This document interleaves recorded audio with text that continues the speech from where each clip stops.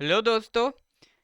आपकी जैब एग्जाम में बहुत अच्छे तरीके से हेल्प करने के लिए we have come up with this series जहां पर हम 25 लेक्चर्स के अंदर completely Indian economy and Indian financial system as well as PPB and AFM इसको कंप्लीट करने की कोशिश कर रहे हैं। तो मैं आपको आई एंड आईएफएस का कंपोनेंट कंप्लीट करवा रहा हूँ एंड काफ़ी सारे लेक्चर्स हमारे हो चुके हैं। राइट अराउंड चैप्टर 17 तक हम कंप्लीट कर चुके हैं। तो जब भी हम पढ़ रहे हो इट इज़ रियली इंपॉर्टेंट कि हम प्रैक्टिस भी अच्छे से करें। तो इन सारे लेक्चर्स के जो इम्पोर्टेंट टॉपिक्स हैं उनमें से कुछ प्रैक्टिस क्वेश्चंस हम आपके लिए लेकर आ गए हैं। तो पूरा हफ्ता पढ़ने के बाद वीकेंड पे थोड़ी प्रैक्टिस भी होनी चाहिए, राइट। तो आप इस लेक्चर का फ़ायदा उठा सकते हैं। ये एक रिवीजन सेशन है जहाँ पर हम एमसीक्यूज डिस्कस करेंगे, लगभग 50 एमसीक्यूज। तो आप पेन पेपर लेकर बैठ जाओ एंड ये सारे जो क्वेश्चंस आ रहे हैं आपके सामने, तो आप एसेस कर सकते हो कि आपकी प्रिपरेशन किस लेवल पर है इन सेशंस को देखने के बाद, कितने क्वेश्चंस आप आंसर कर पा रहे हो, राइट। तो जैसे ही वो क्वेश्चन आता है you can pause the video, अपना आंसर आप नोट करो एंड देन मैं आपको उसका आंसर बताऊंगा विद शॉर्ट एक्सप्लेनेशन, राइट। सो इससे आपको हेल्प मिलेगी कि आप एसेस कर सकते हो कि आपकी प्रिपरेशन किस लेवल पर है। Okay, so that is the main reason we have come up with this revision MCQ series. Week 1 में जो हम पढ़ चुके हैं, नॉट जस्ट वीक 1 वीक 2 अभी तक जो कंप्लीट हो चुका है, राइट। तो वो सारे के सारी चीज़ें, सारे टॉपिक्स हम पढ़ने वाले हैं, like till chapter 15, I think not 17, chapter 15 तक हम कंप्लीट कर चुके हैं।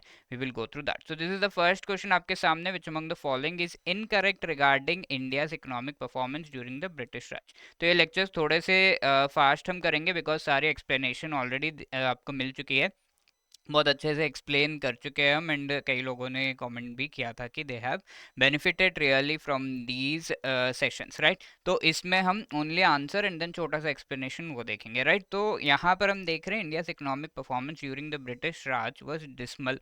ठीक है, ऑब्वियसली डिसमल यानी कि बहुत खास नहीं था, ऑब्वियसली ऐसे ही था। Colonial states policies were significant barriers to the country's growth. Country का ग्रोथ नहीं हो रहा था because of the British policies, obviously सही है। Recurring famines and disease outbreaks in India throughout the second half of the 19th century, first half of the 20th century demonstrate British government socio economic irresponsibility. तो इसे justify भी उन्होंने किया with various famines and all. Yes, ये चीज़ें आई थी, exactly correct. The pre-independence period was characterized by rapid economic growth with significant change in productivity levels. तो incorrect पूछा हुआ, obviously यही होगा। Rapid economic growth and significant levels of productivity, ये तो था ही नहीं, राइट। तो ये यहाँ पर सही जवाब हो जाएगा डी। ओके, तो इस तरीके से आपको इस क्वेश्चन को देखना है, पॉज करना है video, try to answer yourself and then इसका जो एक्सप्लेनेशन है वो आप देख लो। ये डायरेक्ट बुक में से क्वेश्चन है, स्टेटमेंट्स आप देख सकते हो डायरेक्टली फ्रॉम देयर, क्योंकि सीधे सीधे स्टेटमेंट्स आईआईएफएस में स्पेशली सीधे सीधे स्टेटमेंट जो बुक में है वो आ जाते हैं एग्जाम में, थोड़ा सा ऊपर नीचे ट्विक करके उसे पूछ लिया जाता है। तो प्री इंडिपेंडेंस नियर स्टैग्नेशन था with little change in the organisation of production और प्रोडक्टिविटी लेवल्स। सेकंड क्वेश्चन आपके सामने, which among the following factors influence the nature and characteristics of the Indian economy. Indian economy के nature and characteristics को क्या define कर रहा है या फिर इन्फ्लुएंस कर रहा है। लो पर कैपिटा रियल इनकम, तो इनकम जो पर कैपिटा इनकम इंडिया की वो लो है क्या। रैपिड पॉपुलेशन ग्रोथ है इंडिया में। High rate of unemployment, under employment, disguised unemployment है इंडिया में। Excessive reliance on the primary sector. Video pause करिए, try to answer. Yes, low per capita income है, रैपिड पॉपुलेशन ग्रोथ होता है India में, unemployment भी काफ़ी हाई है, एंड प्राइमरी सेक्टर यानी कि मेनली एग्रीकल्चर एंड एलिड जो एक्टिविटीज़ है उन पर बहुत ज़्यादा डिपेंड होते हैं हम। दैट इज एब्सोल्युटली करेक्ट, चारों चीज़ें सही है। What will be the right answer, D, right. तो D will be the right answer, 1 2 3 and 4। Okay, तो यही चीज आपको यहाँ पे दे दी गई है। थर्ड क्वेश्चन आपके सामने, who among the following publish the first estimates of national income in India in his book poverty and un-British rule in India for the year 1867-68। ठीक है, इस ईयर के लिए ये जो बुक है उसमें फर्स्ट एस्टिमेट जो नेशनल इनकम के हैं वो पब्लिश किए गए थे। By whom, is it Dadabhai Naoroji, William Digby, Findlay Shirras या फिर वी के आर वी राव। इनमें से किसने ये किया था, ये चीज पूछी जा रही है, right. Pause and try to answer. So we know कि दादा भाई नौरोजी उन्होंने फर्स्ट एस्टिमेट्स वो लेकर आए थे, एंड उनकी ही बुक है poverty and British rule in India. Also आगे जाकर ये कैसे वेल्थ ड्रेन के बारे में बताते हैं, राइट। तो वेल्थ ड्रेन जहाँ पर ब्रिटिश इंडिया का सारा पैसा उड़ाकर ले जाते हैं, right. So correct answer here will be A, Dadabhai Naoroji. इस this is the fourth question, what is the meaning of phrase Hindu rate of growth? This is a really important phrase, right. तो Hindu rate of growth जो है इसका meaning आपको पता होना चाहिए। Previously ये पूछा गया था कि Hindu rate of growth actually किसने ये टर्म जो है वो कॉइन किया था। अगर आपको याद है you can let me know in the comment section कि ये term Hindu rate of growth ये किसने इसे कहा है, किसने इसे इस टर्म को कॉइन किया है with respect to India. A rapid sustained economic growth rate achieved by India during the 20th century, sluggish and slow growth rate experienced by India in the early post independence period। ठीक है, तो Hindu rate of growth का actual meaning क्या है वो अगर आपको पता है यू कैन आंसर।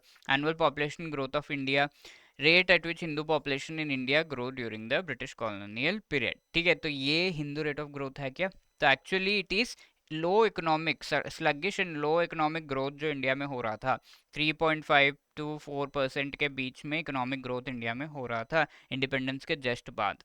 तो इस पूरे ट्रेंड को हिंदू रेट ऑफ ग्रोथ कहा गया है बिकॉज ये इंडिया में स्पेसिफिकली हो रहा था। तो इंडिया से related characteristic growth rate 3 to 4% हो गया है, इंडिया का कैरेक्टरिस्टिक है, एक फीचर बन गया था, राइट। तो इस वजह से हिंदू रेट ऑफ ग्रोथ इसे नाम दे दिया गया है। That is why B will B the correct answer here. किसने कहा है? प्रोफेसर राज कृष्णा, ठीक है, इन्होंने ये कहा है, professor Raj Krishnan actually. Fifth question आपके सामने, what was the main reason for the high growth in the eighth plan? Eighth plan काफी इंपॉर्टेंट प्लान है, दैट इज वाई ये क्वेश्चन जो है आपके सामने। एंड एथ प्लान में एक्चुअली हुआ क्या था, एथ प्लान किस इवेंट के बाद हुआ था, तो ये सब आपको रिकॉल करना होगा।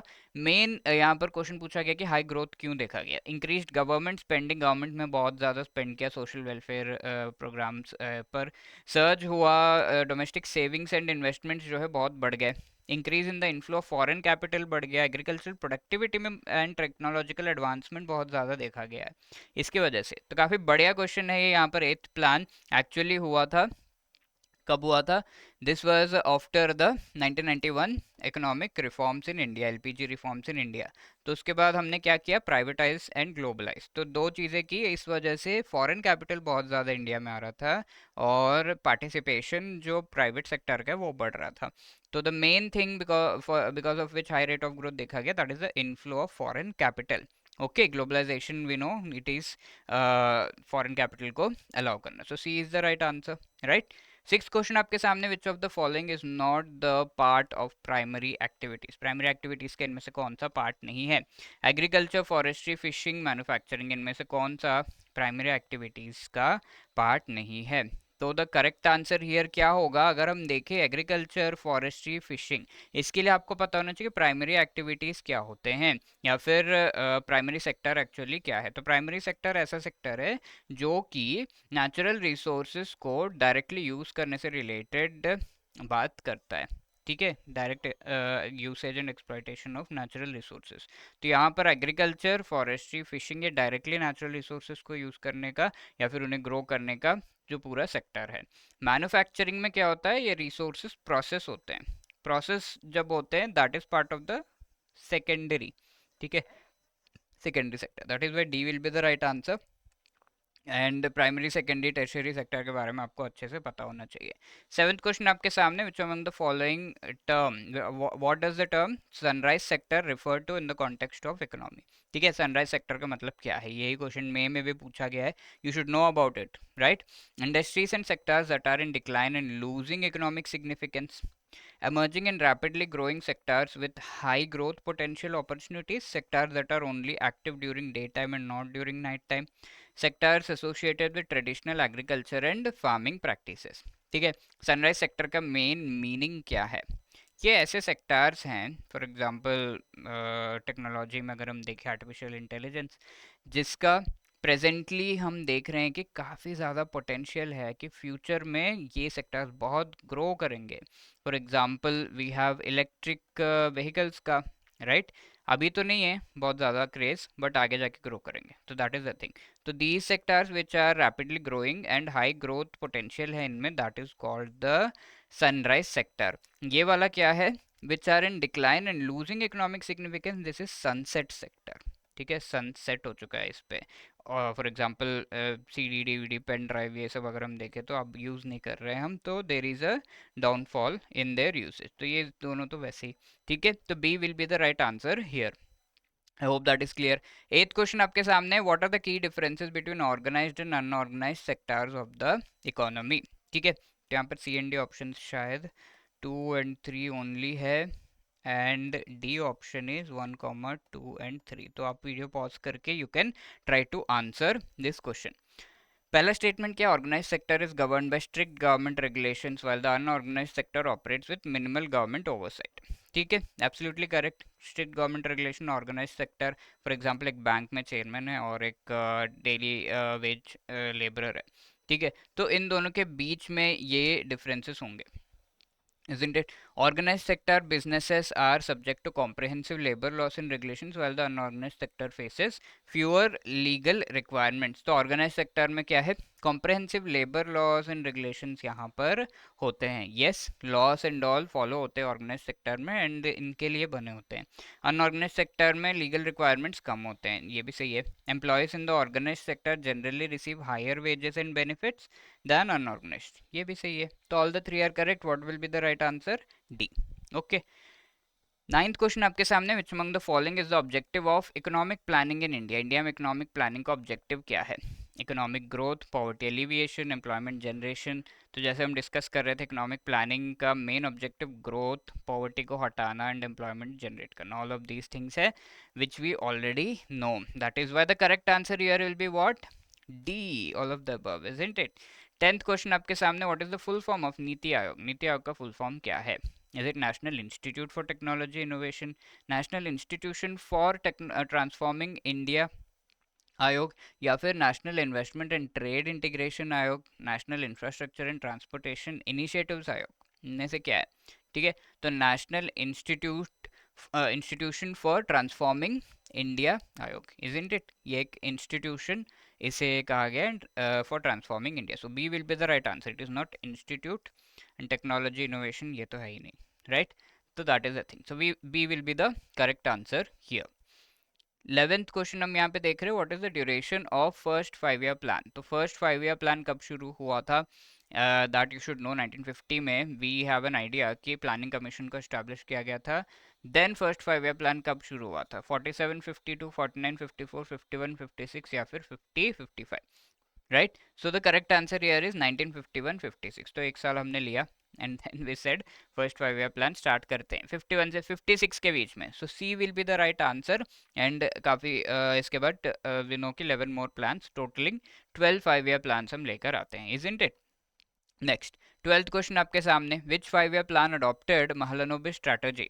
तो हमें पता है कि महलानोबिस जो हैं इन्होंने बहुत ही इंपॉर्टेंट एक स्ट्रैटेजी दी थी। कौन से 5 ईयर प्लान में वो अडॉप्ट किया गया था, फर्स्ट, सेकंड, थर्ड या फोर्थ। वी नो कि महलानोबिस स्ट्रैटेजी एक्चुअली रिलेटेड था टू इंडस्ट्रियलाइजेशन, एंड इसमें काफ़ी इंपॉर्टेंट रोल नेहरू जी का भी था। नेहरू महलानोबिस स्ट्रैटेजी कब हम लेकर आए थे, पहले प्लान का क्या हमारा मेन एम था, the main aim was actually to make India self sufficient agriculture में। सेकेंड 5 ईयर प्लान का इंडस्ट्रियलाइजेशन था, एंड यहाँ पर हमने महलानोबिस स्ट्रैटेजी को अपनाया था, right. So B will be the right answer. सही से हमें समझ में आ रहा है ये। 13th question, which of the following period is considered as a plan holiday. ठीक है, तो प्लान हॉलीडे का एक्चुअली आपको मीनिंग पता होना चाहिए और कब ये हुआ था, 1966, 69, 61, 62, 56, 59 या 60, 63। ठीक है, प्लान हॉलीडे क्या होता है, जैसे कि हम 5 ईयर प्लान्स लेकर आते हैं, बट कभी ये होता है कि किसी साल बहुत ज़्यादा इश्यूज आ गए, so we come up with a 1 year annual plan, annual targets हमारे होते हैं एंड ऑल। ठीक है, तो प्लान हॉलीडे इसे हम कहते हैं, बिकॉज 5 ईयर प्लान हम नहीं लेकर आ रहे हैं, इंस्टेड 1 ईयर प्लान लेकर आ रहे हैं, that is why we call that period to be plan holiday. Annual plan 1 1 year का प्लान हम लेकर आते हैं। कब हुआ था ऐसा? It was actually 1966-69। वाई? 1962 में हमारा इंडिया चाइना वॉर हुआ, 65 में इंडिया पाकिस्तान वॉर हुआ। इन चीज़ों के बाद there was very less scope की जो थर्ड 5 ईयर प्लान चल रहा था वो तो फेल हुआ वैसे भी, बिकॉज हमें सारे रिसोर्सेज डाइवर्ट करने पड़े फॉर डिफेंस ऑफ इंडिया। इसके बाद हमने सोचा कि थोड़ा सा रिकवर करने का समय लेते, 3 साल हमने लिए। 3 साल हमारे प्लान हॉलीडेज थे और एनुअल प्लान्स बने। What were those 3 years? 1966-69। तो ये इवेंट्स अगर आपको याद है, यू कैन रिमेंबर। इस समय इवन फेमाइन एंड ड्रॉट भी होता है। फेमाइन यानी कि खाने की कमी, ड्रॉट यानी कि पानी की कमी। ये दोनों होता है ऑब्वियसली, क्योंकि हम डिफेंस में सारा खर्चा कर रहे हैं, तो बहुत सारा खाना और वो सब बहुत कुछ डाइवर्ट किया गया अलॉन्ग विद द मनी। इसीलिए ये सारी चीज़ों के सारे रीजंस के वजह से, तो अगर रीजंस पूछ लिया जाए एग्जाम में, so you should also be knowing these things. ठीक है। 14th क्वेश्चन आपके सामने, which of the 5 year plan was based on Gadgil strategy? ठीक है, गदगिल स्ट्रैटेजी पे कौन सा 5 ईयर प्लान बेस्ड था? राइट, तो गदगिल स्ट्रैटेजी है क्या, और कौन सा 5 ईयर प्लान बेस्ड है, you should know. Third, fourth, fifth या सेवेंथ? राइट, तो यहाँ पर अगर हम देखें गदगिल स्ट्रैटेजी में, पहले होता ये था first 5 year plan, second, third में, कि जो प्लानिंग कमीशन है, इसे क्यों बनाया गया था 1950 में, फिर 1951 में हम जो 5 ईयर प्लान से लेकर आए। प्लानिंग कमीशन एक बॉडी थी, ये गवर्नमेंट की एक ऑर्गेनाइजेशन जैसी, जो कि किस तरीके से हमें इम्प्लीमेंट करने हैं और प्लान्स बनाना ये सब का काम करती थी। एंड इम्प्लीमेंटेशन कैसे करना, तो इम्प्लीमेंटेशन का पार्ट था कि central government actually state governments को थोड़ा मनी देगी फॉर इम्प्लीमेंटेशन, और ये मनी का कोई सेट फॉर्मूला नहीं था कि स्टेट गवर्नमेंट्स को कैसे, गोवा को आप 10 लाख दे रहे हो, यूपी को आप 4 लाख ही दे रहे हो, तो ये क्या हुआ, ऐसा हुआ है क्या? तो ये फॉर्मूला सेट किया गया बाय गदगिल जी। ठीक है, और ये फॉर्मूला फोर्थ 5 ईयर प्लान के लिए सेट किया गया आफ्टर 1966-69 में हम जो एनुअल प्लान्स देखते हैं वो। राइट, तो fourth 5 year plan B will be the right answer year, जहां पर गदगिल स्ट्रैटेजी को सबसे पहली बार यूज किया गया था। So B is the right answer. Now let's have a look at 15th question. ठीक है, फिफ्थ यहाँ पर दिया हुआ है 20 point programme was a part of which of the following 5 year plan? ठीक है, 20 पॉइंट प्रोग्राम जो है काफी इंपॉर्टेंट प्रोग्राम है, जो कि पॉवर्टी रिडक्शन से रिलेटेड है। You can try to pause and answer. यहाँ पर सही जवाब है B. Right, fifth 5 year plan में ये लाया गया था। नेक्स्ट, गरीबी हटाओ, ये जो मोटो है, ये कौन से 5 ईयर प्लान में लाया गया था, ये पूछा जा रहा है। अगेन ये इंदिरा गांधी जी की जो गवर्नमेंट थी उस के द्वारा लाया गया था, एंड उनका नारा ये था गरीबी हटाओ। तो सेकंड, फोर्थ, सिक्स्थ या नाइन्थ? तो यहाँ पर पहले तो 20 पॉइंट प्रोग्राम पॉवर्टी रिडक्शन से related, and then sixth 5 year plan में ये लेकर आते हैं गरीबी हटाओ का नारा, तो C is the right answer here. 17th question, Jawahar Rozgar Yojana, obviously रोजगार बढ़ाने के लिए, एम्प्लॉयमेंट बढ़ाने से रिलेटेड, ये इंट्रोड्यूस किया गया था कौन से ईयर में? 1963, 87, 89, 93? तो ये थोड़ा सा डेप्थ में हो गया, बट देन बुक में ये फैक्ट दिया हुआ है, so we should be knowing about this.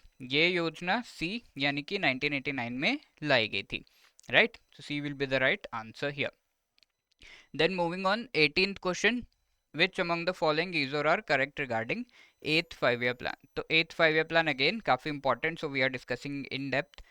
The fast changing political environment at the center prevented execution of the 8th plan. ठीक है, पॉलिटिकल एनवायरनमेंट काफ़ी ज़्यादा फास्ट चेंजिंग था और उस वजह से एथ प्लान कम्प्लीटली इंप्लीमेंट नहीं किया गया, फिर भी ग्रोथ रेट काफ़ी हाई देखा गया था। This was the first plan that went on to examine macro economic strategies that the government had been following for decades. तो 1 से लेकर 7 प्लान्स लेकर आ गए 5 ईयर के, लेकिन कभी भी ये नहीं देखा मुड़कर कि क्या स्ट्रैटेजी हमने फॉलो की, क्या वो सही है गलत है। बट एथ 5 ईयर प्लान में क्या हमने देखा कि स्ट्रैटेजी क्या है हमारी, एक रीलुक किया क्या? एथ plans innovative and restructuring oriented proposals the massive economic changes that followed across the world and the late 1980s budget imbalances were all key factors for the delay in launching the eighth। ठीक है, तो एथ plan थोड़ा सा delay हमने किया। 1991 1991 जो थे उन ईयर्स में हमने एलपीजी रिफॉर्म्स हम लेकर आए, तो एथ प्लान 92 में एक्चुअली लाया जाता है, तो इस वजह से ये डिले हुआ। All the three are actually correct here. Right, political environment and all भी सही नहीं था 91 एंड इस ईयर में, तो 92 में हम लेकर आए। तो यहाँ पर क्या होगा, D will be the right answer, 1, 2 and 3, all the three statements are correct, isn't it? 19th question आपके सामने, South East Asian financial crisis 1996-97 में आया था, और ये जो फाइनेंशियल क्राइसिस है कौन से 5 ईयर प्लान के टाइम पर आया था? ओके, 96-97 का ये south East Asian financial crisis. Is it 8th 9th 11th या 12th? थोड़ा सा कॉम्प्लिकेटिंग है ऑब्वियसली, 12th 11th नहीं हो सकता क्योंकि 12th प्लान काफ़ी लेट से जो है फिनिश हुआ है, तो 8th या 9th में थोड़ा सा कंफ्यूजन हो सकता है। तो वी हैव सीन कि 1992 में ये शुरू हुआ था, बट फिर भी हम वी कैन से कि जो 9th 5 ईयर प्लान है उस समय पर ये हुआ था, ये जो क्राइसिस है उसका इफेक्ट देखा गया था 97 से 2002 के बीच में। ओके, 20th क्वेश्चन आपके सामने, consider the following statements for the first time. यहाँ पर कुछ स्टेटमेंट्स दिए हुए हैं। For the first time, the plan went to set the monitorable targets, 11 select indicators of development for the center as well as for the states. Governance was considered a factor of development. Agriculture sector declared as the prime moving force of the economy. Which of these, जो ऊपर ये 3 statement दिए हुए हैं, ये कौन से plan से, विच 5 year plan is discussed in the above statements, ये पूछा गया कौन से प्लान से रिलेटेड है, कौन से 5 ईयर प्लान से रिलेटेड है? फर्स्ट, सेकेंड, थर्ड या 10th 5 ईयर प्लान। ठीक है, तो for the first time plan में मॉनिटरेबल टारगेट्स लाए गए, यानी कि टारगेट दिए जा रहे हैं और उन्हें मॉनिटर किया जा रहा है कि वो टारगेट रीच हो रहे हैं या नहीं। गवर्नेंस को फैक्टर ऑफ डेवलपमेंट, काफ़ी इंपॉर्टेंट फैक्टर माना गया, एग्रीकल्चर सेक्टर को प्राइम मूविंग फोर्स माना गया, काफ़ी इंपॉर्टेंट इंपॉर्टेंस दी गई। ठीक है, इन दोनों चीज़ों को इंपॉर्टेंस दी गई एंड ऑल्सो मॉनिटरेबल टारगेट्स लाए गए 10th 5 ईयर प्लान में। Okay, so D will be the right answer. Moving on, 21st question. Which among the following is or are the recommendations of the NK Singh Committee on Fiscal Responsibility and Budget Management Act of 2003? FRBM Act से related एक committee बैठाई गई थी, right, और ये committee N K Singh committee के recommendations क्या थे वो पूछा जा रहा है। ओके, तो सबसे पहले यहाँ पर इस कमिटी ने क्या कहा था कि एक ऑटोनोमस फिस्कल काउंसिल को एस्टैब्लिश करना चाहिए। Did the committee say that debt to GDP ratio 60% तक लाना चाहिए, 40% सेंटर 20% स्टेट्स का टारगेट 2023 तक अचीव हो, ये कहा गया है क्या? 15th finance commission should be asked to recommend the debt trajectory for individual states. तो एफआरबीएम एक्ट का मेन एम है क्या है कि किस तरीके से हम जो डेट है डिफरेंट गवर्नमेंट्स का वो कम करेंगे। डेट कम करने का मतलब है कि हमारा जो एक्सपेंडिचर है वो कम कर रहे हैं, और रेवेन्यू कैसे बढ़ाना है उससे रिलेटेड बातें करना, राइट। तो FRBM act is debt and deficit actually कम करना। डेफिसिट क्या होता है? जो रेवेन्यू आ रहा है उसके ऊपर एक्सपेंडिचर कितना आ रहा है, तो ये एक्सेस एक्सपेंडिचर अगर आ रहा है दैट इज कॉल्ड डेफिसिट। ठीक है, डिस्कस कर चुके हैं हम। तो एफआरबीएम एक्ट का वो है, बट एक्ट लाने के बाद भी चीज़ें सही नहीं हो रही, तो एक कमेटी बैठाई गई। इस कमेटी ने येस ऑटोनोमस फिस्कल काउंसिल को एस्टैब्लिश करने से रिलेटेड बात की, 60% तक डेट टू जीडीपी रेशियो लाना है, ये कहा गया है। डेट टू जीडीपी रेशियो क्या है? जीडीपी हमारी इनकम लेट से 100 है इंडिया की, उसमें से 60 तो आप किसी और से बोरो करके लाए हो एंड उसे आप कह रहे हो कि आपके जीडीपी का पार्ट है, तो that is not correct, right. तो उससे हमें जो है कम करना है, एक्चुअली ये 60 से ज़्यादा ही है, राइट, 80% तक है, तो that has to be reduced. And ये ऐसा रिड्यूस करना है कि 40% सेंटर का बचे और 20% स्टेट्स का हो, 2023 तक ये अचीव करना है, ये चीज़ कही गई थी। 15th फाइनेंस कमीशन जब बैठाई जाएगी तो स्टेट्स को कैसे ये टारगेट्स और अपना डेट कम करना है इससे रिलेटेड बात वो करेंगे। गवर्नमेंट में बी अलाउड टू डिविएट, कुछ कंडीशंस में डिविएट होने के लिए अलाउ किया जा रहा है फ्रॉम द टारगेट, जो भी टारगेट सेट किया जा रहा है उसे डिविएट किया जा सकता है।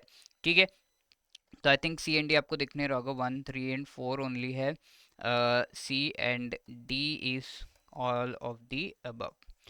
तो एक्चुअली ये चारों ही रिकमेंडेशंस दिए गए थे by the N K Singh committee, that is why D will be the right answer. Okay, तो ये पूरी एक्सप्लेनेशन आपको बता दी गई है। The main aim of operation twist carried out by the reserve bank of India was, RBI के द्वारा ऑपरेशन ट्विस्ट किया गया था, और ये हम देख चुके हैं कि जो लोन्स हैं उससे रिलेटेड है। But what is the main M अभी नहीं बताऊंगा, फटाफट से आप इस क्वेश्चन को पढ़ो and try to answer. Augment short term borrowing, increase long term borrowing, withdrawal withdrawing liquidity at the short end. तो ये चीज़ें हैं या फिर नन ऑफ द अबव। ठीक है, तो यहाँ पर हमें पता है कि ऑपरेशन ट्विस्ट का मेन एम था जो लॉन्ग टर्म के लोन्स हैं उन लोन्स के इंटरेस्ट रेट को जो है कम करना, ताकि ये लोन्स ज़्यादा से ज़्यादा लोग ले और लॉन्ग टर्म बोरोइंग बढ़े। Okay, so the correct answer here will be what, B.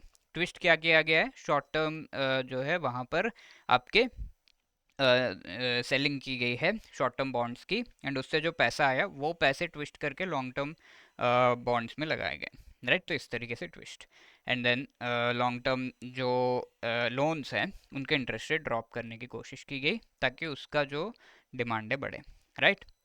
And we have discussed all of this बहुत ही क्लियरली, सो हियर और ज़्यादा हम डिस्कस नहीं करेंगे, but B is the right answer.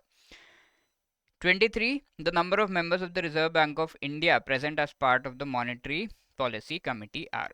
RBI के कितने मेंबर्स है, बहुत ही सिंपल है, मैं तो बिल्कुल भी टच नहीं करने वाला हूँ। इज इट 1, 3, 4 या 6?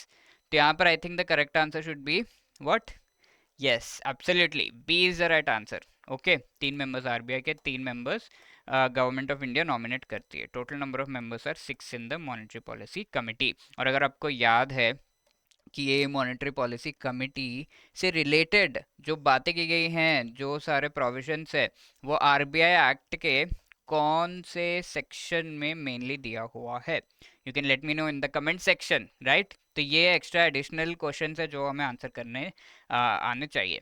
24th question, which among the following is correct with respect to recovery phase. Correct statements पूछे गए हैं बिजनेस साइकिल के रिकवरी फेज से रिलेटेड। Workers work for a lower wage. Recovery phase में क्या होता है, रिकवरी, ठीक है। तो ये रिकवरी फेज में होता किस किन कंडीशंस में ये फेज स्टार्ट होता है, and what happens in the recovery phase. Workers low wage पे काम करते हैं, banks lend money at a lower rate of interest, and increase in aggregate demand is observe. ये चीज़ें होती है क्या recovery phase of business cycle में? तो as we know, recovery phase में हम जानते हैं कि लोगों को पता चल जाता है कि भाई अब ऐसे काम नहीं चलेगा, क्योंकि रिकवरी फेज फॉलो करता है डिप्रेशन से। फॉर एग्जांपल कोविड के टाइम पे जो चीज़ें हुई थी वहाँ पर हमने देखा बहुत लोगों के जॉब्स जो है गए, एंड देन ये पीपल रेडी हो गए आगे जाकर के थोड़ा सा लो पेमेंट पे कर लेंगे बट जॉब तो करना ही है, ठीक है, या फिर कुछ काम तो करना ही है। तो रिकवरी फेज में लोग रेडी रहते हैं, थोड़ा सा कम प्रॉफिट, थोड़ा सा कम वेज, थोड़ा सा कम इंटरेस्ट रेट पे लोन्स देने के लिए बैंक्स भी रेडी रहते हैं, ताकि धीरे धीरे ग्रोथ हो, ठीक है। कुछ तो something is better than nothing, right. तो ये थॉट, तो workers work for a lower wage, absolutely. Banks lend money at low rate of interest, yes. Increase in the aggregate demand is observed, yes. जब ये चीज़ें होती है तो demand भी बढ़ता है चीज़ों का, that is why all the 3 are correct, and D 1, 2 and 3 is the right answer, right. I hope आपको मज़ा आ रहा होगा। इफ़ मज़ा आ रहा है, please do not forget to comment in the comment section. Also let your friends know, subscribe आप कर सकते हो टू द चैनल, ताकि इसी तरीके के और भी अच्छा जो कंटेंट है आपके लिए लेकर आए। The main aim is to crack the JAIIB exam and clear it, okay. You can also share these videos जिनको भी इनकी ज़रूरत है। कम टाइम में सारा सिलेबस अगर कवर करना है तो this is really good, and आपको हम इन सेशंस के थ्रू थोड़ा सा प्रैक्टिस भी करा रहे हैं। Which among the following statement is correct with respect to the effect of monetary policy on the ISLM curve. तो आईएसएलएम कर्व अगर हम ड्रॉ करें तो यू कैन सी कि आईएस कर्व इस तरीके से एंड एलएम कर्व इस तरीके से हमें देखने को मिलता है। सो ये दोनों थियोरीज का एक सिंथेसिस है, थियोरीज ऑफ इंटरेस्ट का। आईएस कर्व में हम ये देखते हैं कि जो हमारी क्लासिकल थियोरी है उससे डिराइव किया हुआ है। LM curve has been derived from which theory, बताइए फटाफट से। Yes, liquidity preference theory of whom, John Maynard Keynes. यहाँ पर पूछा गया है कि मॉनेटरी पॉलिसी का इफेक्ट क्या होता है S and L M curve पे। तो जब भी मॉनेटरी पॉलिसी वेरी करती है तो एल एम कर्व वेरी होता है या आई एस कर्व वेरी होता है, ये भी आपको पता होना चाहिए, ठीक है। देखते हैं, as L M curve shift to the right there is a decline in interest rate, ठीक है। L M curve right side shift करता है तो कैसे शिफ्ट होगा, ऐसे शिफ्ट होगा। यहाँ पर क्या है इंटरेस्ट रेट, यहाँ पर क्या है हमारा income, isn't it.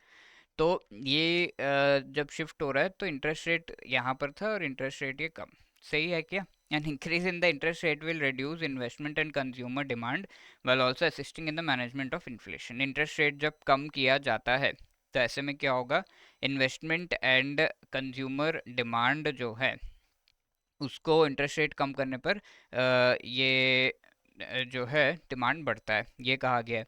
And increase in the cash reserve ratio shifts the LM curve rightwards. Cash reserve ratio जब इंक्रीज किया जाता है तब RBI contractionary monetary policy adopt करती है। कॉन्ट्रैक्शनरी मॉनेटरी पॉलिसी पे ये LM curve actually leftward shift होता है, इट इज़ नॉट राइटवर्ड। ठीक है, तो यहाँ पर इसीलिए 3 will not be correct, then what will be correct, 1 and 2 is correct, right. 1 and 2 is the only correct thing. आगे हम बढ़ रहे हैं, question number 26। GDP deflator is the ratio of, we have seen कि प्राइस इंडिसेस है, तीन तरह के हमने देखे जो हमारे बुक में है। The first one is the consumer price index, second क्या है, यस होलसेल प्राइस इंडेक्स, तीसरा क्या है, जीडीपी डिफ्लेटर।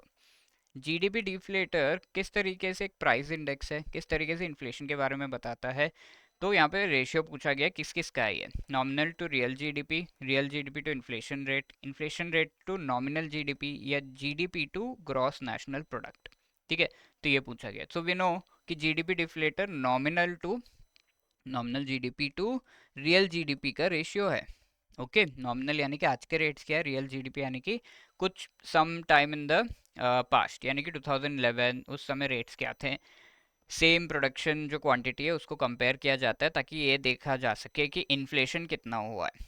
क्योंकि लेट्स से ये पेन है, ये एक ज़माने में शायद किसी और प्राइस पे मिल रही है, आज के डेट में इसका दाम अलग है। ऑल्दो टेक्नोलॉजी का दाम कम होते हैं, but then there are most of the products के दाम जो है वो बढ़ते हैं। तो इस तरीके से इन्फ्लेशन में क्या वेरिएशन आया ओवरऑल, वो नॉमिनल जीडीपी से हमें पता चलेगा। तो it is the ratio of nominal GDP to real GDP, absolutely yes. अगर आपने ये जवाब दिया that is correct, yes, give a thumbs up to yourself. Which among the following statement is correct, ये पूछा गया है। GDP deflator is not based on a fixed basket of goods and services. GDP deflator का definition हमने देखा, उसके हिसाब से आप इसको आंसर कर सकते हो। Wholesale price index covers the entire range of goods and services produced in the economy, consumer price index covers the entire range of goods and services produced in the economy. ठीक है, तो ये दो चीज़ें। And यहाँ पर अगर हम देखें तो we should be knowing the definition and इनका जो इंपॉर्टेंस है, सीपीआई, डब्ल्यूपीआई, जीडीपी डिफ्लेटर का, सारी चीज़ें हम डिस्कस कर चुके हैं इन आर सेशन। तो जीडीपी डिफ्लेटर में क्या है, नॉमिनल टू रियल जीडीपी ये रेशियो होता है। तो जब भी हम जीडीपी की बात करते हैं तो क्या हम किसी सिर्फ कुछ बास्केट ऑफ गुड्स की बात कर रहे हैं, या फिर टोटल गुड्स एंड सर्विसेज के प्रोडक्शन की हम बात कर रहे हैं। तो एज वी नो जीडीपी यानी नेशनल इनकम, सारे गुड्स एंड सर्विसेज के प्रोडक्शन की हम बात कर रहे हैं। ठीक है, तो इस वजह से ये किसी एक fixed basket of goods and services पे नहीं डिपेंडेंट है। बट कौन से डिपेंडेंट है, सीपीआई, डब्ल्यूपीआई, ये फिक्स्ड बास्केट ऑफ गुड्स पे डिपेंडेंट है। मैंने आपको बास्केट भी दिखाई थी रेड कलर की, याद है आपको। WPI covers the entire range of goods and services produced in the economy. Okay, it covers the entire range of goods and services, ये गलत है, क्योंकि डब्ल्यूपीआई सीपीआई ये दोनों ही रिलेटेड है to only a basket of goods and services. But हमारा जो जीडीपी डिफ्लेटर है, it covers entire range of goods and services, right. तो पहला तो करेक्ट है, second and third are wrong, right. That is why what will be the answer, one only, absolutely A will be the right answer.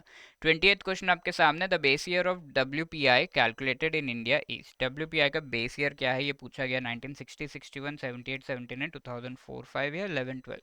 तो as we no WPI का हम देख चुके हैं कि base year is 2011-12, fact based question, nothing much to discuss. But क्या base year क्या होता है ये तो आपको पता होना चाहिए, कि जैसे बेस ईयर में किसी लेट्स से टमाटर है तो उसके प्राइजेस सम 20 रुपीज़ समथिंग है पर केजी, राइट। आज के डेट में क्या है, इसके प्राइजेस ये बढ़ के 100, 150, 200 तक जो है इन सम डेज जा चुका है। तो क्या चेंज हुआ है, बेस ईयर से एक comparison of all of the product जो कि इसके बास्केट में है, वो। तो D will be the right answer.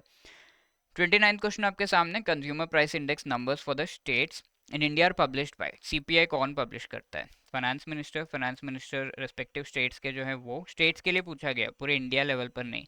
NSO publish करता है नेशनल स्टैटिस्टिकल ऑफिस, या office of the economic adviser, department for promotion of industry and internal trade, किसके द्वारा पब्लिश किया जाता है, CPI index numbers for the states, ये पूछा गया है। स्टेट्स हो या India, CPI numbers are published by NSO only. ठीक है, ये ऑफिस ऑफ इकोनॉमिक एडवाइजर ये क्या पब्लिश करता है, होलसेल प्राइस इंडेक्स, डब्ल्यूपीआई को, प्लीज टू रिमेंबर दैट। ठीक है, तो C will be the right answer if you have ticked C, that is absolutely correct. 30th question आपके सामने, market demand curve obeys what, law of downward sloping demand, law of upward sloping demand, law of diminishing demand या neutral sloping demand. ठीक है, तो यहाँ पर हमें पता है कि लॉ ऑफ डिमांड कर्व को अगर हम ड्रॉ करेंगे तो किस तरीके से दिखेगा, प्राइस एंड क्वांटिटी डिमांडेड, ये हम अगर ड्रॉ करेंगे तो वी विल सी कि ये कुछ इस तरीके से होगा। ओके या फिर ऐसा कर्व होगा, राइट। तो यहाँ पर हम जानते हैं कि ये डाउनवर्ड स्लोपिंग कर्व है। मार्केट डिमांड के बारे में पूछा गया है, तो मार्केट डिमांड भी डाउनवर्ड स्लोपिंग है क्या? Yes absolutely. मार्केट डिमांड यानी सभी के डिमांड को एक साथ जो है ऐड कर देना, कोलेट कर देना, किसी एक स्पेसिफिक मार्केट से related demand. That's why A will be the right answer. ये रहा आपका कर्व, यू कैन सी। आगे हम बढ़ रहे क्वेश्चन 31। तो priority sector lending, very important topic. Priority sector lending towards agriculture sector by the regional rural banks in India. RRBs के द्वारा एग्रीकल्चरल सेक्टर में जो प्रायोरिटी सेक्टर लेंडिंग टारगेट दिए गए हैं उसमें स्मॉल एंड मार्जिनल फार्मर्स के लिए टारगेट कितना है वो पूछा गया है। आरआरबीज के लिए क्या टारगेट है एग्रीकल्चर सेक्टर से related as well as small and marginal farmers से रिलेटेड, वो आपको पता होना चाहिए। So the correct answer here is B, 10%। Okay 32। और इस क्वेश्चन में अगर आपको याद है कि टोटली एग्रीकल्चर के लिए कितना परसेंटेज जो है आरआरबीज का पीएसएल टारगेट है, you can let me know in the comment section. Okay देखते हैं कौन आंसर करता है। 32nd क्वेश्चन आपके सामने। For an enterprise to be classified as micro enterprise, its investment in plan and machinery or equipment should not exceed dash as per the definition of micro small medium enterprises of the government of India. तो latest अगर इस तरह से question पूछा गया तो latest definition को आपको कंसिडर करना है।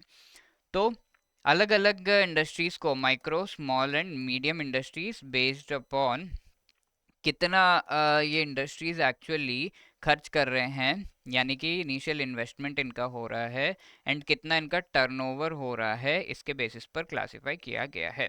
ठीक है, तो यहाँ पे पूछा गया कि जो माइक्रो है उसके लिए ये इन्वेस्टमेंट वाला वैल्यू कितना है। Okay, investment in plant and machinery और इक्विपमेंट, इसका वैल्यू कितना है ये पूछा गया है। तो यहाँ पर क्या होगा, माइक्रो के लिए कितना है, स्मॉल के लिए कितना है, मीडियम के लिए कितना है, ये यू शुड बी नोइंग। तो 1 करोड़ एंड 5 करोड़, यहाँ पर है small is 10 and 50 and medium का होगा 50 एंड 250। ठीक है, तो ये है। तो अगर आपको एटलीस्ट ये वाला याद रह जाए तो इंटू 5 करोगे हर जगह तो you will remember the turnover value. ठीक है, तो यहाँ पर क्या पूछा गया है कि इसका माइक्रो एंटरप्राइज का प्लांट एंड मशीनरी और इक्विपमेंट में कितना लगना चाहिए, तो 1 crore should be the right answer. So A will be the right answer, not D. A will be the right answer here. ठीक है, तो माइक्रो एंटरप्राइजेस का क्या पूछा गया है, प्लांट एंड इसमें इन्वेस्टमेंट कितना है, 1 crore, right. A is the right answer. 33. Which among the following statement is or are correct with respect to micro, small and medium enterprise? The sector has great employment potential although at a high capital cost. ठीक है, तो ये चीज़ यहाँ पे बताई गई है। Then small and medium enterprise account for 90% of businesses globally. SM ये जो है account for 50% of employment globally, ये पूछा गया। ओके, तो यहाँ पर अगर हम देखें तो कैपिटल कॉस्ट यानी कि पैसे जो लगते हैं एमएसएमईज को एस्टैब्लिश करने के लिए वो लार्ज इंडस्ट्रीज के कंपैरिजन में कम लगता है, बट यहाँ पे क्या दिया हुआ है, high capital cost. So that is not correct. One जहाँ पर भी है कैंसिल करो and then we are reaching at the right answer which is 2 and 3। ठीक है, ये दोनों स्टेटमेंट्स करेक्ट है, फैक्ट्स है।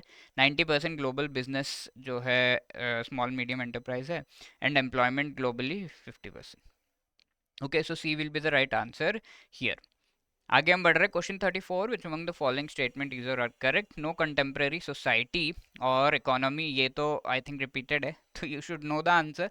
False completely neither of the extreme categories of capitalistic और command economy. Government plays an important role in overseeing the functioning of the market in a mixed economy. Government passes laws that regulate economic life, produce goods and services, and control pollution in a mixed economy. Mixed economy command यहाँ पर पूछा गया कि extreme categories के कोई economies है क्या दुनिया में? ऑब्वियसली नहीं है, तो दिस इज करेक्ट। गवर्नमेंट का रोल होता है ओवरसी करने में मिक्स्ड इकोनॉमी में मार्केट को। यस, ओवरसी करती है गवर्नमेंट, रेगुलेट करती है गवर्नमेंट सारी चीज़ें, तो yes that is also correct. Mixed economy में तीनों ही सही है। तो 1 only, 2 only, 1 and 2 only. The correct answer should be D, 1, 2 and 3, isn't it? आगे बढ़ रहे हैं हम। 35th question. Adam Smith defined economics as, काफ़ी सिंपल इजी क्वेश्चन।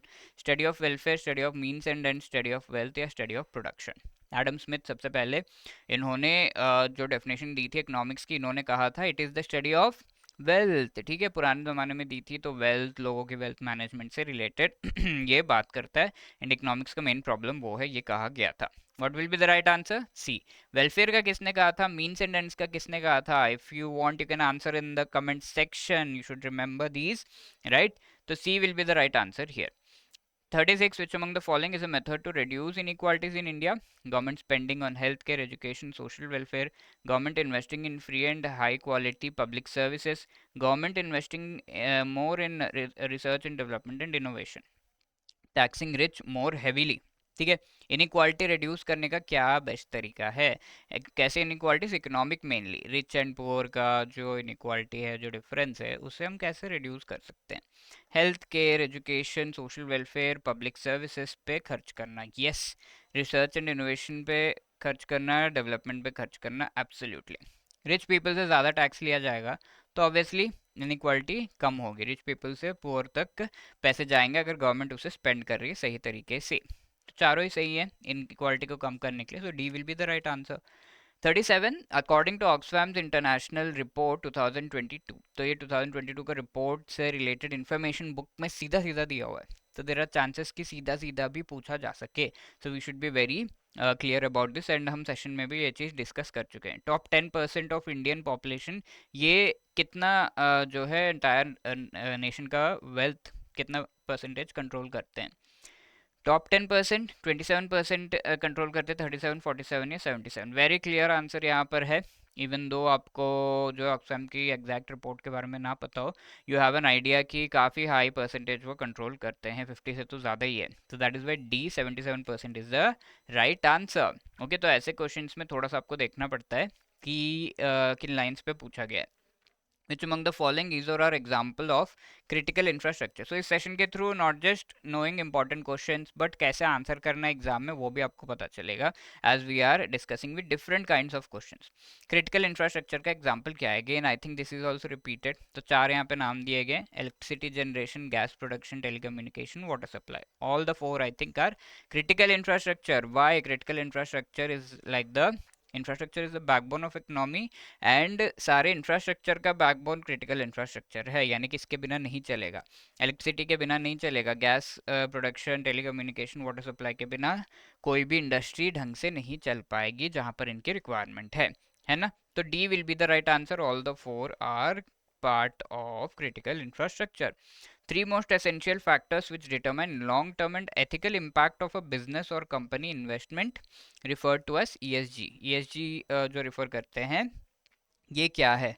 किसी भी कंपनी के बहुत ही अच्छे परफॉर्मेंस और बहुत ही अच्छे तरीके से लॉन्ग टर्म जो इसका इम्पैक्ट है कंपनी का, वो बताता है ईएसजी। तो what is ESG? Environmental social governance, environment scientific governance, economic social governance, economic scientific governance. तो as we know, environmental impact क्या है उस कंपनी का, सोशल एंड गवर्नेंस किस तरीके से उस कंपनी में हो रही है एंड वो कंपनी कर रही है, इन चीज़ों से रिलेटेड बातें अगर हम करेंगे तो उस कंपनी के long term and ethical impact का हमें पता चलेगा। दैट इज वाई ईएसजी में environmental, social and governance, A is the right answer for these three terms. ठीक है, Question 40. The 2017 National Health Policy aimed to boost government health spending to -% of GDP by 2025. यहाँ पर हमने बहुत ही clearly ये चीज़ हम डिस्कस कर चुके हैं, सो you should be knowing. Again fact है कि जीडीपी का कितना percentage should be spent on wealth, इससे रिलेटेड एक टारगेट 2017 के नेशनल हेल्थ पॉलिसी में दिया गया था। बाय 2025 हमें वहाँ पे रीच करना है इस तरीके से कह के। तो कितना परसेंट है वो? 2, 2.5, 3 या 4? तो yes, odd one out, 2.5, B is the right answer. Yes, absolutely, अगर आपने बी जवाब दिया that is correct. 41. Economic reform refers to the process whereby a government specifies. तो एक प्रोसेस जिसमें गवर्नमेंट स्पेसिफाई क्या कर रही है? Declining role for private sector और एक्सपैंडिंग वन फॉर स्टेट, यानी कि प्राइवेट सेक्टर का रोल कम हो रहा है, गवर्नमेंट का रोल बढ़ रहा है। स्टेट का मतलब यहाँ पे क्या है? गवर्नमेंट सारी चीज़ें कंट्रोल कर रही है, गवर्नमेंट इंडस्ट्रीज कंट्रोल कर रही है, गवर्नमेंट डिसाइड कर रही है कि कैसे लोगों को कितना प्रोडक्शन करना है, फैक्ट्रीज कैसे चलेंगी, सब कुछ गवर्नमेंट ही कंट्रोल कर रही है। कंट्रोल यानी कि not just regulate, complete control. ठीक है, दैट प्राइवेट सेक्टर का रोल कम होते जाना। declining role for state or an expanding one for private sector, declining role for both state and private sector, expanding one for both state and private sector. काफी interesting question है, but we know the answer. Reform, economic reform का मतलब क्या है? Mainly हम देख रहे हैं एलपीजी रिफॉर्म, जहां पर प्राइवेटाइजेशन, ग्लोबलाइजेशन की बातें की गई हैं. That is a major economic reform India के कॉन्टेक्स्ट में. तो एलपीजी में क्या मेन चीज़ है? प्राइवेटाइजेशन, यानी कि प्राइवेट सेक्टर का रोल बढ़ाना, कंपनीज का रोल बढ़ाना एंड गवर्नमेंट का रोल कम करना. सो the correct answer here will be what? Yes, अगर आपने बी जवाब दिया है, बी इज एब्सोल्युटली करेक्ट दोस्तों. 42. इन 1980s रिफॉर्म्स जो इंडिया में हुए थे, किससे इन्फ्लुएंस हुए? Bretton Woods conference, general agreement on trade and tariff GATT, conference on in international economics, या फिर वॉशिंगटन कंसेंसस. तो 1980s में हमने क्या किया था? इंडिया के इकोनॉमी को थोड़ा ओपन करना शुरू किया था. ओपन करने का मतलब क्या है? दो तरीके से. पहला तो प्राइवेट सेक्टर को अलाउ करने लगे हम थोड़ा बहुत. We also started getting foreign capital. ठीक है, फॉरेन कैपिटल तो आता ही था, और थोड़े लिबरल हुए, जहाँ पर इम्पोर्ट ड्यूटीज़ वगैरह हम कम कर रहे हैं, राइट. तो ट्रेड वगैरह भी बढ़ रहा है. तो यहाँ पर इन चीज़ों से रिलेटेड मोटिवेशन कहाँ से मिली हमें? That is the thing. Bretton Woods conference तो भाई बहुत पहले हुआ था, 1944 में. जीएटीटी 48 में हुआ था. कॉन्फ्रेंस ऑन इंटरनेशनल इकोनॉमिक्स नहीं, ये भी नहीं है. वॉशिंगटन कंसेंसस हुआ था. एंड ये कंसेंसस में सारे कंट्रीज ने कंसेंसस यानी कि डिसाइड किया था कि we will be moving towards giving more role to the private sector as well as the foreign, जो कंट्रीज से इंडिया में आ रहा है, जो मनी आ रहा है in the form of investment. ठीक है, तो ये Washington consensus is the right answer.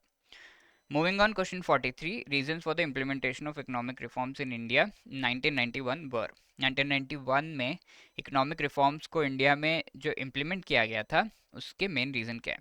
Adverse balance of payment, poor performance of the public sector, drop in foreign exchange reserves, large government debts. ठीक है, इकोनॉमिक रिफॉर्म्स 1991 में जो किए गए थे, उनको इम्प्लीमेंट किया गया था बिकॉज इंडिया में क्या हुआ था? एज वी नो, इंडिया में काफ़ी बड़ी बैलेंस ऑफ पेमेंट क्राइसिस हो गई थी. हमारे पास फॉरेन करेंसी थी ही नहीं. So we needed that. तो उसके लिए हम आईएमएफ के पास गए, आईएमएफ ने सजेस्ट किया कि कुछ चीज़ें जो हैं आपको इम्प्लीमेंट करनी होंगी, तभी if you agree to do that only then will give this. Yes. तो इश्यूज क्या हुए थे वो पूछा गया. ये सारा तो हमने कहानी आगे का बता दिया, बट इश्यूज क्या थे? एडवर्स बैलेंस ऑफ पेमेंट, ये एब्सोल्युटली करेक्ट है, तो ये गलत होगा. Poor performance of the public sector, ये भी सही है. पब्लिक सेक्टर की परफॉर्मेंस सही नहीं थी, जिसकी वजह से बैलेंस ऑफ पेमेंट खराब हुआ. एंड जो है, ऑब्वियसली हमारा, हमने देखा था कि फिजिकल डेफिसिट भी था, जहाँ पर हमारी एक्सपेंडिचर बहुत ज़्यादा है बट हमारे रेवेन्यू कम है. Poor performance. Foreign exchange drop हुए, रिजर्व्स, गवर्नमेंट के डेट्स बहुत हाई थे. तो ऐसे में क्या करना है? अगर आपका एक्सपेंडिचर ज़्यादा है बट इनकम कम है, तो डेट ज़्यादा लेना है, पैसे ज़्यादा लोन में लेने. तो ये all the four are correct. What will B the correct answer? 1 2 3 and 4, D is the right answer. Yes. 44th question, which is not one of the primary pillars of 1991 economic reforms. Economic reforms का primary pillar इनमें से कौन सा नहीं है? बहुत easy है. I don't even want to answer. Automation, liberalisation, globalisation या प्राइवेटाइजेशन? यस, बताइए फटाफट से क्या होगा? Yes, A is the right answer, क्योंकि एलपीजी रिफॉर्म्स थे हमारे. Liberalisation, privatisation, globalisation, not automation. ठीक है, तो A is the right answer here. 45th question. The most important goals of the economic reforms of 1991 are. तो economic reforms were really important, so we are discussing these. Most important goals क्या थे? ठीक है, यानी कि आगे हम करना क्या चाहते थे? इन्फ्लेशन को कम करना, minimising current account deficit, attracting significant foreign direct investment, या फिर इंक्रीजिंग फॉरेन ट्रेड. इनमें से कौन सा था? तो यस, उस समय काफ़ी इन्फ्लेशन भी चल रहा था इंडिया में, तो वो भी एक था. करंट अकाउंट डेफिसिट भी इंडिया में चल रहा था, उसे कम करना भी हमारा एम था. Attracting foreign investment, yes. Foreign trade को अट्रैक्ट करना, yes. All of these are the aims of 1991 economic reforms. ये चीज़ें बहुत ही बढ़िया क्वेश्चन ये है, बिकॉज सारी चीज़ें समराइज कर रहा है जो हम डिस्कस कर चुके हैं with respect to these 1991 reforms. Okay, तो 1 2 3 and 4, all four are correct. D will be the right answer here. Okay, हर एक क्वेश्चन के बाद आप देख रहे हो कि एक्सप्लेनेशन भी है, एंड देन दिया हुआ भी है why this क्वेश्चन में ये जो है correct answer, everything. So that will help you. Next, the changes brought about due to reforms of 1991. 1991 के रिफॉर्म्स से क्या चेंजेस हुए इंडिया में? reduced poverty, enhanced capacity in agriculture and industrial output, improved socio-economic indices, improved level of living among common people. ठीक है, directly जो हम पढ़े हैं एकदम एग्जैक्ट लाइंस तो नहीं है, बट बुक में से एग्जैक्ट लाइंस है, but you should be able to extrapolate कि ये रिफॉर्म्स लाए गए तो क्या क्या इसके ग्रोथ के एस्पेक्ट्स थे, एंड ऑल्सो थोड़ा सा बुक रीडिंग भी रिक्वायर्ड है, so then we can answer this. Reduced poverty, जी हाँ. enhanced capacity in agriculture and industrial output, yes. improved socio-economic indices, ये भी देखा गया था. common people की level of living भी increase हुई, because ये बाहर से जो है पैसे फॉरेन डायरेक्ट इन्वेस्टमेंट आ रहा है, इंडिया में प्राइवेट सेक्टर को भी इंक्लूड किया. प्राइवेट सेक्टर की एफिशिएंसी हाई होती है, एफडीआई की पोटेंशियल हाई होती है कि वो ग्रोथ को अच्छे से सपोर्ट कर सके. तो that is why all of this did happen. Poverty भी रिड्यूस हुई, यस. सोशल इसके जो है वेलफेयर रिजल्ट्स भी आए. तो that is the thing. 1 2 3 and 4 चारों चीज़ें करेक्ट है, so D will be the right answer. Mostly answer D है राइट. तो यहाँ again, which among the following is the changes brought about as part of the liberalization introduced during the reforms in the Indian economy of 1991? So there are high chances कि reforms जो 1991 है उससे पूछा जाए. That is why I have included many questions. Relaxing regulations imposed on trade agreements. Trade agreements पे जो regulation है उन्हें रिलैक्स करना, यानी कि एक तरीके से जैसा हमने डिस्कस किया था इंपोर्ट ड्यूटी को कम करना. This would be one step in that.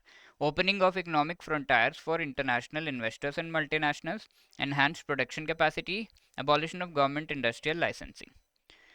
All of them again. ठीक है, तो ट्रेड एग्रीमेंट्स पे रेगुलेशंस रिलैक्स करना यानी कि इंपोर्ट ड्यूटीज वगैरह कम करना. इकोनॉमिक फ्रंटायर्स को इंटरनेशनल इन्वेस्टर्स के लिए ओपन करना, जी हाँ, यानी कि इन्वेस्टमेंट को इंडिया में अलाउ करना. प्रोडक्शन कैपेसिटी को बढ़ाना. गवर्नमेंट लाइसेंस जो है इंडस्ट्रियल लाइसेंसिंग उसे हटाना, लाइसेंस राज हटाना. That was also part of 1991 reforms है ना. तो all the four, D will be the right answer. 48. Which among the following is the changes brought about as part of the privatization introduced during the reforms to Indian economy in 1991? ठीक है, privatisation से क्या changes लाए गए? Providing private sector more opportunities, inviting more foreign participation, inviting more FDI, providing healthy competition to Indian goods and services. ठीक है, तो privatisation also includes private companies from outside India. ठीक है, तो प्राइवेटाइजेशन में प्राइवेट सेक्टर को ज़्यादा opportunities हमने दिए, फॉरेन पार्टिसिपेशन को बढ़ाया, एफडीआई को इनवाइट किया. हेल्दी कंपटीशन कब होगा? जब गवर्नमेंट के साथ साथ फॉरेन एंड जो प्राइवेट सेक्टर है सभी इंक्लूडेड होंगे, बहुत सारे लोग होंगे, तभी ना कंपटीशन बढ़ेगा, राइट. तो this is also correct, so D will be the right answer again. 49th question आपके सामने. Which among the following committees was formed in 1985 to review monetary policy in India? Monetary policy को review करने के लिए कौन सी committee बनाई गई थी?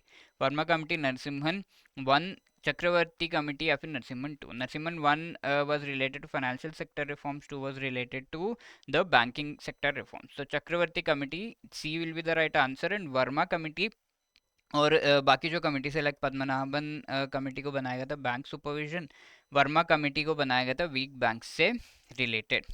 ठीक है, आर एच खान कमेटी जो है role of financial institutions and banks, किस तरीके से उसे हार्मोनाइज करने से रिलेटेड बनाया गया था. तो ये थोड़े से हैं कुछ कमिटीज़ के नाम एंड उनके एम दिए हुए हैं, तो we should know this.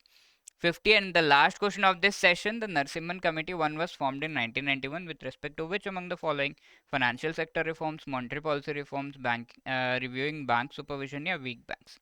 Narasimhan committee one जो है ये क्यों बनाई गई थी अभी अभी मैंने आपको बताया, so you should be able to answer this. And yes, दो कमिटीज आई थी 1991 में, एंड इसका रिपोर्ट जो 1992-3 में आया था. देन 1998 में नरसिम्हन सेम पर्सन जो थे उन्हें अपॉइंट किया गया था as the chairman of Narasimhan committee 2. ठीक है, 1998 में ये बनी थी with respect to banking sector reforms mainly. 91 में क्या था? Financial sector reform. So A is the right answer, and if you have answered A that is absolutely great. चाहिएगा मत, यहाँ पर मैंने आपके लिए कुछ पिक्ड क्वेश्चंस, ठीक है, कुछ क्वेश्चंस को पिक करके मैं लेकर आया हूँ जो कि देयर इज हाई प्रोबेबिलिटी कि इस तरह के क्वेश्चंस एग्जाम में, अक्टूबर वाले एग्जाम में आ जाए. तो इन क्वेश्चंस को आपको कमेंट सेक्शन में ज़रूर आंसर करना है, because the important thing here is कि ये क्वेश्चन जब हम आंसर करेंगे and we'll get to know the answers for them, तो will be very well prepared for the exam, है ना। तो यहाँ पे पहला क्वेश्चन आपके स्क्रीन के सामने, आपको खुद ही पढ़ना है and you have to pause the video, go through this question and answer. इसका आंसर आपको कमेंट सेक्शन में देना है। ओके, यहाँ पर आपका क्वेश्चन, सेकंड क्वेश्चन आपके सामने, read it and then answer it in the comment section. Third question आपके सामने, pause the video, read the question अच्छे से and then try to answer it. Fourth question, similarly you have to answer this, IMF and उसका जो कोटा है, ये सब हम देख चुके हैं। देन फिफ्थ क्वेश्चन आपके सामने है, बहुत ही simple question but there are chances कि ये पूछा जाए इस बार के एग्जाम में। Okay, I hope you will be answering all this 5 questions and if you are thinking कि आपको ये इतने क्वेश्चंस हमने डिस्कस किए ये भी कम पड़ रहे, तो you can practice more question because practice really really important when we study something. तो आई एंड IFS के 400 सॉल्व्ड मोस्ट इंपॉर्टेंट क्वेश्चंस का एक PDF हमने बनाया है। इस PDF को आप डाउनलोड कर सकते हो from the link given in the description of this video. ठीक है, डाउनलोड करके ज़रूर इन क्वेश्चंस को प्रैक्टिस करिएगा, that will really help you in your exam. इसके अलावा कोई भी आपकी क्वेरीज है, you can call us on 8146207241 या hello@edutab.co.in पर आप मेल करके you can let us know, अपनी क्वेरी आप बता सकते हो या फिर इन सेशंस के फीडबैक भी आप भेज सकते हो on that. You can also give the feedback in the comment section. Thank you, all the best. I hope you enjoyed the session. If yes, comment करना, share, like and subscribe करना मत भूलिएगा. Thank you so much.